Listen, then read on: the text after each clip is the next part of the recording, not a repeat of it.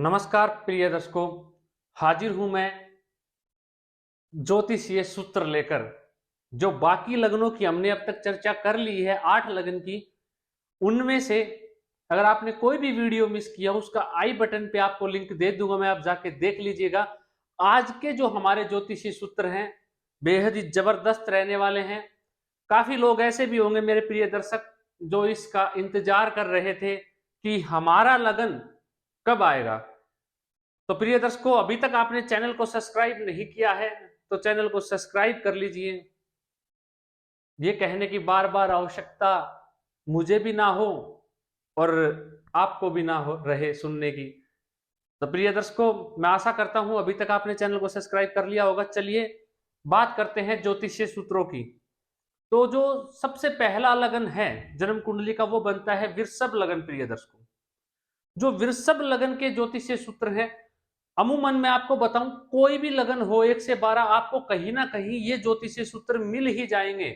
Net पे देखोगे, कहीं भी देखोगे, मिल ही जाएंगे आपको। लेकिन ये अजमाए हुए हैं, 100% इनका रिजल्ट है जो ज्योतिषीय सूत्र मैं आपको बताने जा रहा हूं।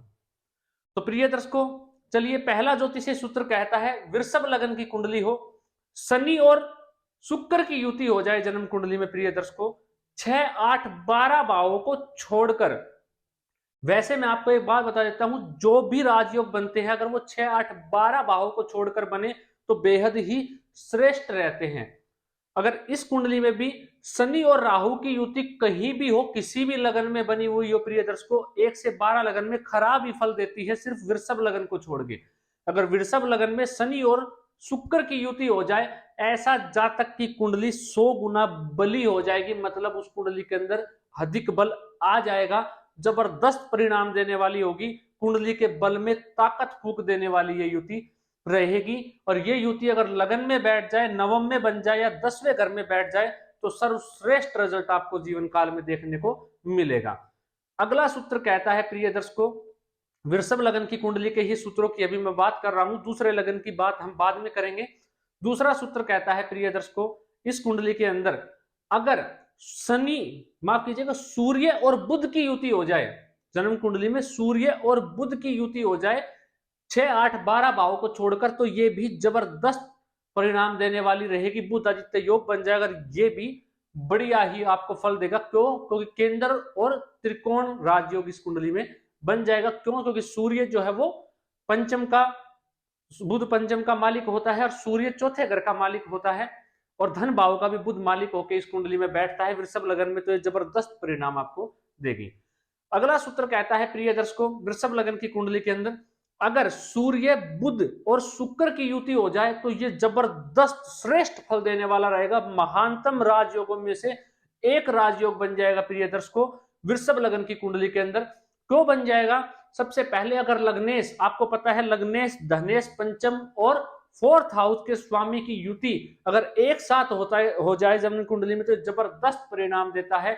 और ये जिस भी जातक या जातिका की कुंडली में बनेगा वृषभ लगन से संबंधित, अति उत्तम उसको जीवन काल में उसको फल प्राप्त होने वाला है। प्रिय दर्शकों, अगला ज्योतिषीय सूत्र कहता है, प्रिय दर्शकों, अगर बुध पंचम भाव में जाके बैठ जाए वृषभ लगन के अंदर, बुध पंचम भाव में जाके बैठ जाए वृषभ लगन की कुंडली में, तो ये भी बेहद ही जबरदस्त राजयोग है। प्रिय दर्शकों, ऐसा जातक उच्च कोटि का वक्ता बन जाएगा। ऐसा जातक शेयर मार्केट से निश्चित ही लाभ पाएगा। ऐसे जातक को अचानक से कहीं से भी धन की प्राप्ति होती रहेगी। प्रिय दर्शकों, ये सूत्र पूर्व में भी मैंने आपको बताया था, अगर धनेश जाके पंचम में बैठ जाए और बुध की वहां पे युति रहे, तो जबरदस्त राजयोग में से एक योग है। अगर ऐसे बुध के ऊपर शुभ ग्रह की दृष्टि हो, लेकिन एक बात याद रखिएगा प्रिय दर्शकों, ये बुध अकेला होना चाहिए, अस्त नहीं होना चाहिए, और 12 डिग्री से ऊपर होना चाहिए, और किसी पाप ग्रह से दृष्ट कत्य ही नहीं होना चाहिए। जब भी धन भाव का मालिक जाके पंचम में बैठेगा, क्यों? इसमें धन भाव का मालिक बुध ही बना, बुध ही वाणी का भी कारक होता है, और पंचम में जाके ज्ञान के भाव में बैठेगा, तो ऐसा जातक अपनी भाषण शक्ति से दुनिया को मुरीद कर लेगा। जहां भी जाके वो अपना भाषण देगा, वहां लोग उसके पीछे पीछे चल पड़ेंगे, उसके भाषण के मुरीद हो जाएंगे। प्रिय दर्शकों, और ऐसे जातक को निश्चित ही धन की प्राप्ति आजीवन होती रहती है, और शेयर मार्केट इत्यादि वगैरह से भी ऐसा जातक खूब लाभ कमाता है। अगला ज्योतिषीय सूत्र कहता है प्रिय दर्शकों, वृषभ लगन की कुंडली हो और इसमें शनि या शुक्र की महादशा आ जाए तो सर्वश्रेष्ठ रिजल्ट आपको जीवन काल में प्राप्त होगा। आप देखेंगे कि आपको बेहद ही जबरदस्त रिजल्ट आपके जीवन काल में मिलने वाला है प्रिय दर्शकों, वृषभ लगन की कुंडली के अंदर। अगला ज्योतिषीय सूत्र कहता है प्रिय दर्शकों, कोई भी ग्रह, मंगल हो चाहे गुरु हो या चंद्रमा, कोई भी हो, अगर वो अच्छी स्थिति में बैठे हुए हैं, वो अच्छे भावों में बैठे हुए हैं, तो उनकी भी दशा इतनी खराब नहीं होने वाली है वृषभ लगन की कुंडली के अंदर। प्रिय दर्शकों, वृषभ लगन की कुंडली के अंदर मैंने आपको क्या बताया, अगर वो ग्रह जो कि अकारक बनते हैं इस कुंडली में, अगर वो अच्छे भावों में जाके भी बैठे हुए हैं, तो उनकी महादशा भी इतनी खराब नहीं रहने वाली है वृषभ लगन की कुंडली के अंदर। जो अगला लगन है प्रिय दर्शकों, जिसकी आज हम चर्चा करने वाले हैं, वो है कन्या लगन। अब कन्या लगन की जो ज्योतिषीय सूत्र है प्रिय दर्शकों, इनको आप ध्यान से सुनिएगा।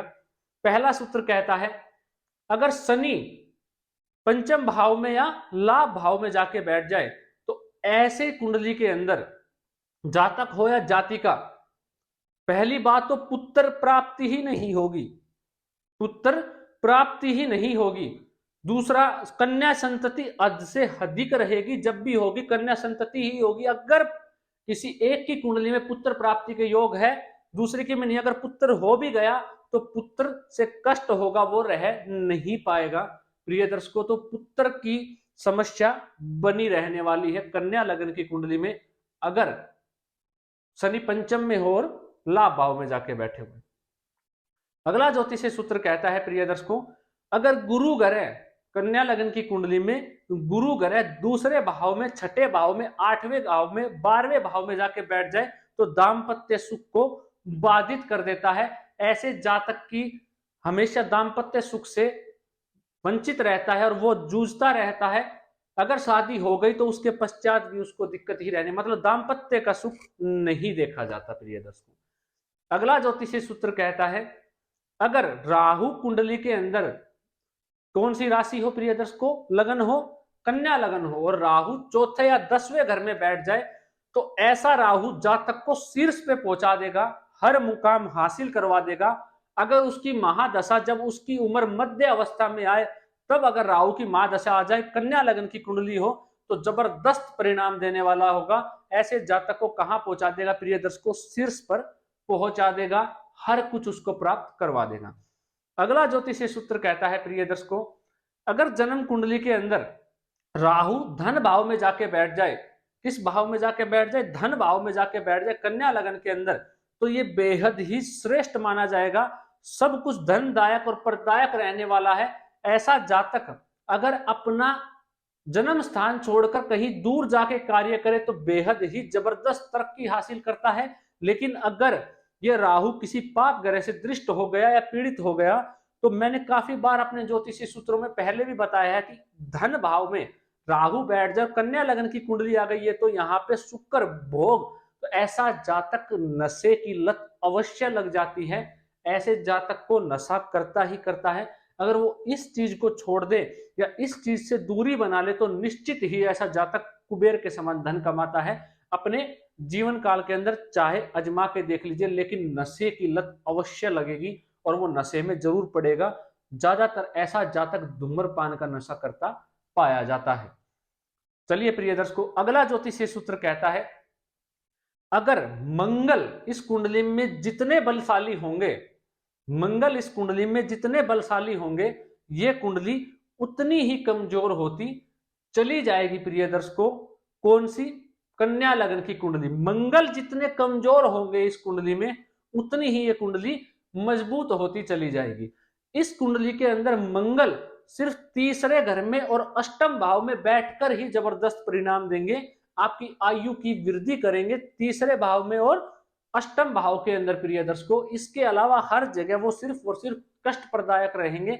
अगर पंचम में जाके अगर मंगल बैठ गया, पंचम में जाके अगर मंगल बैठ जाता है, कन्या लगन में उच्च का हो जाए, ऐसा जातक हर किसी को ठगने वाला, चूना लगाने वाला होता है।